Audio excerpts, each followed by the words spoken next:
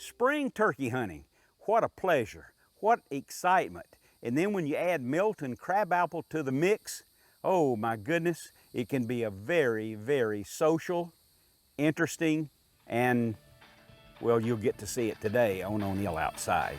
Milton Crabapple turkey hunting.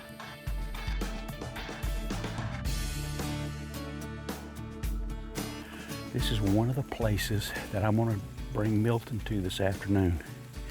Historically, a la Tom Kelly, and you know him, you need to know the lay of the land. And I've been to this place many, many times and taken several birds in this area.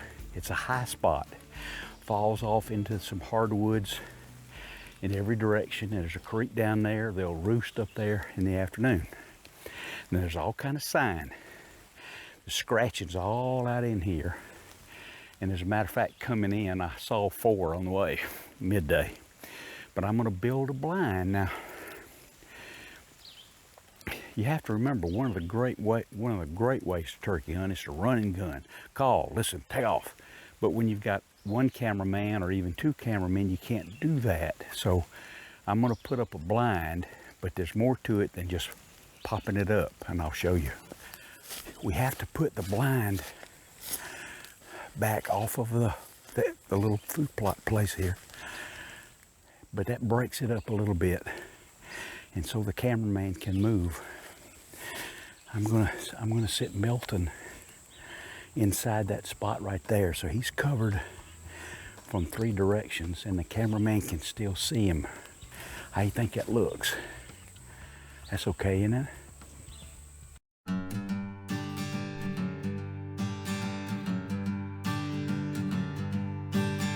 Now, when we get to the stand, I've got this all picked out for you.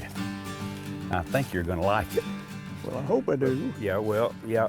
I wanna introduce Milton to everyone. He's a hunting buddy of mine, friend, Milton Crabapple, sheriff of Crabapple, Georgia. And I want you to show everyone your choice of gear, and we'll compare it to mine, because he's up against something that's really formidable to use this. Well, now What this is this This now? is my rifle. This is a full stock Southern Mountain rifle. Okay. 50 caliber flintlock. Mm-hmm. Flintlock rifle. See, that's a piece of a toothpick I keep there to keep the touch hole from getting clogged up. Oh, I see. But what you do is of course, I got it loaded now. Yeah. This is what I use. That's a round lead ball. 50 caliber? 50 caliber. Okay. Round piece of cloth. You just put that cloth over the end, you put that ball on top of it, and you ram it down in there. Okay. Now what I do, I got a speed loader. Mm-hmm. See, I got 5 of them already pre-patched in this Okay. thing. So if I need a good second shot, I just lay this thing up on the top, and I take my ball starter, and I just ram it down in there. Okay. So I got in like 5 quick shots. Well, now this is a flintlock, and the way that works is, this is called the frizzing pan. That little hole up in there is called the touch hole. So what you do is you put a couple of grains, I ain't actually pouring it now, but a couple of grains of powder in that frizzing pan. You close the striker plate. Now when you cock the rifle, when you fire it, that hammer comes down and strikes that pan striker plate. It throws a spark down into the frizzing pan. It ignites that powder. It blows up and goes up into that hole, touches off the main charge. That's why when you hear a flintlock go off, it kind of goes. And you hunt turkeys, deer, hogs, Squirrels, everything with this? everything with it, yes sir. Now, it's quite a bit different. I want to show everybody by way of comparison. Here's my modern CVA muzzleloader. It's in line. So all I do is put the primer right there, load it much like you did, and it's ready. Now I'm not loaded right now. You use some kind of that psychedelic powder or something, don't you? I use these little Hodgdon pellets, see there? Yes sir. There's my primer, and there's my bullet. So it's larger than yours is. What's your range with this? Well, I'd say my effective range these days is about 100 yards. Now, when I was in my prime with my vision now, I see. I could pick him off a lot further than that, but I can't do that much anymore because my eyes are not as good as they used to I be. see. Well, it's same here. But in the state of Georgia, I can hunt with a scope on my rifle. But in any case, I know what you're thinking about, that we don't pick them off at 100 yards for turkeys. It's 20 or 30 yards. 20 or 30 yards, that's all you need. That's the hunt. That's the hunt. Half the fun of it's getting close. I've got it all picked out, and I think, oh, I'm going to jinx us, aren't I? It's a good place for turkeys. Let's get on over there. And you know what happened the last time we went turkey hunting? What? There was 2 gobblers coming down a draw, and I just had done set my trigger, set my hair trigger, and I was just getting ready to touch them off, and all of a sudden they threw them heads up, and them things took off. And I said, now I wonder what in tarnation them things saw. They didn't see me. They didn't see nothing. I looked up through the woods, and there about 40 yards behind me was O'Neill saying, "Seen anything?" And that's yeah, true. I seen something all right. Yeah, he's all right. My Well, golly, them was 2 we're going to big get in there to turkeys, the too. stand and put you in there for the afternoon, and we'll check it out. Let's go check it out. Interesting gun, huh? Milton settled into his ground blind mid-afternoon. Based on prior sightings, we all felt good about hunting in this location.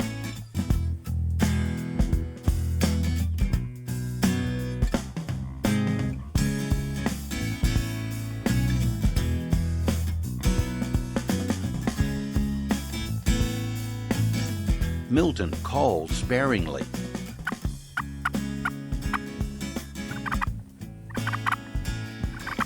And before too long, we heard a couple of distant gobbles in response. Later, a lone tom wandered into an adjoining food plot. He was 150 yards or more away. Milton was facing away from the bird and called to try to bring him in closer. It didn't work though, and this hunt day ended with no chance for a shot. The next morning, Milton returned to the same spot because we knew the turkeys were roosting nearby.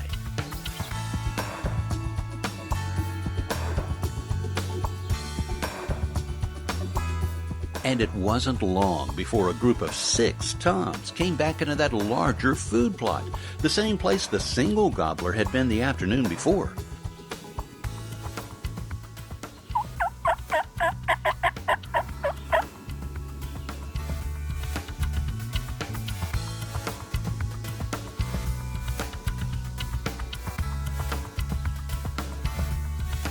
But those birds just would not come any closer.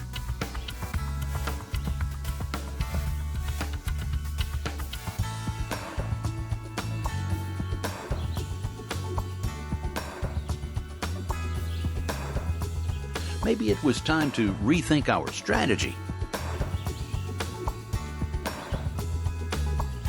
Let me bring you up to date just a little bit. We hunted yesterday afternoon, Milton and I did, and we had just birds just all over us. Just couldn't quite get it done. Went back there this morning, and 6 gobblers were at about 180 yards. So we have decided to change for this afternoon. Yesterday, without a doubt, and this morning, you probably heard him calling on a very unusual homemade call. And you've probably wondered, what is it? So show us this. Well, this is made out of a box turtle shell. You see these in the woods all over the place. And I found a piece of slate, and I just glued it into the bottom of this box turtle shell. Now, it took me a piece of hickory, and I just whittled it down. Okay. Kind of hollered out the end of it there. Now, that's a turkey call. Okay, let's hear Now, it. it ain't for loud locating, but it's for that soft- real soft work up close. All right, let me hear it. Oh, I heard that. I noticed that yesterday afternoon and this morning. Yesterday, I heard some responses to that. Or was that this morning? Well, now, When you were doing that real light, they could hear it. Now I do this sometimes in the house and get some responses from my crabapple too. We're going back in the woods now before you get started. Come on. Well, in the afternoons, these turkeys, they like to, they get with the hens in the morning. After they're done with the hens, a lot of times they get off by themselves, get in little bachelor groups, especially later in the season. And here it is, almost the end of April. So, what I like to do, I like turkeys gobbling at me. I don't want them, I don't want to sit there and wait on one to come by. I want him to gobble, I want him to come in. So, I walk around, mouth call, slate call, glass call, whatever, and cover a lot of ground and find that bird that's hot and it's gobbling and wanting to work.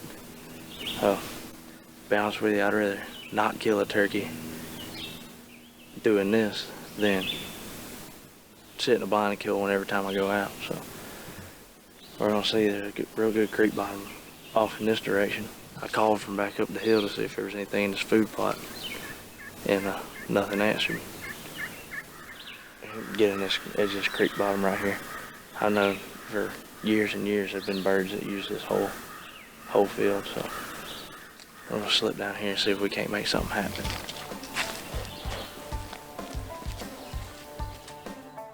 Travis was working his way down to the bottom, called once, got an immediate response, and sat down right there.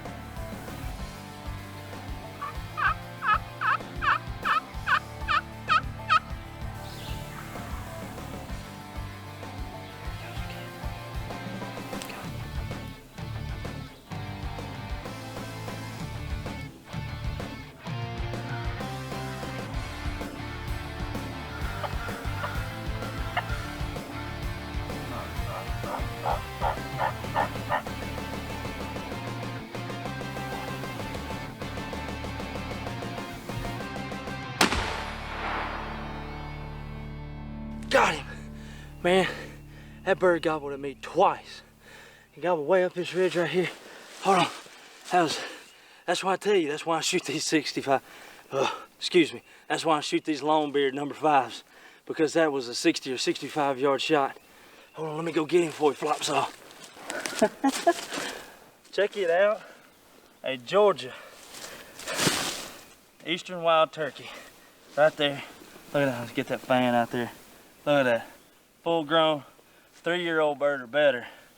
CVA Apex with a Conus red dot scope. Using 3.5 inch, this gun will shoot 3.5 inch. Using 3.5 inch longbeard XRs. And man, I tell you what, at 60 yards, this bird just hit the ground and it was over. He got to where he looked like he was fixing to get out of there. Man, I gotta show you these, hold on, let me lay this gun down. Let me lay that gun down. Look at that. Look at those spurs right there. Oh yeah, he's got good hooks on him. Where's the beard? Let's check out the beard. Check out the beard. Oh yeah, good beard. That is a good 3-year-old East Georgia Eastern wild turkey right there. And I'm proud of him. O'Neill, O'Neill, O'Neill outside.